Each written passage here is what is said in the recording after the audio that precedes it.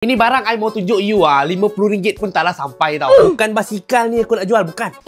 Ni, minyak hitam Zetron. Minyak hitam ni motor apa je boleh pakai. Okey, sekarang ni aku nak bagi tahu dulu. Yang sekarang ni kat tangan aku ni ada 1.2 liter. Yang ini tin pendek sikit 1 liter. Okey, sebelum tu aku nak bagi tahu yang 1.2 liter ni khas untuk RS dan RSX saja. Yang 1 liter ni semua motor boleh pakai. Tak kisahlah kau EFI ke LC ke 125, Honda Wave, Denaz Crew, Honda Dash, motor apa segala macam lah. Yang engine capacity dia 1 liter boleh pakai. Kita ada yang 1040 dengan 1550. Yang 1550 ni apa cut lah sikit. Orang yang nak ride jauh ataupun motor ada spek boleh ambil 1550. Mana standard boleh ambil 1040. Dua-dua minyak hitam ni 1.2 liter dengan 1 liter ada pilihan. Nak 1040 boleh, nak 1550 pun boleh. Ikut kepada kesesuaian motor korang. So macam kalau kau tekan beg kuning sekarang, untuk setiap pembelian korang akan dapat free petrol system treatment. Ini motor 4 stroke je lah aku recommend pakai. Korang boleh letak dalam tank petrol korang, dia boleh cuci karbon-karbon dekat dalam meja korang.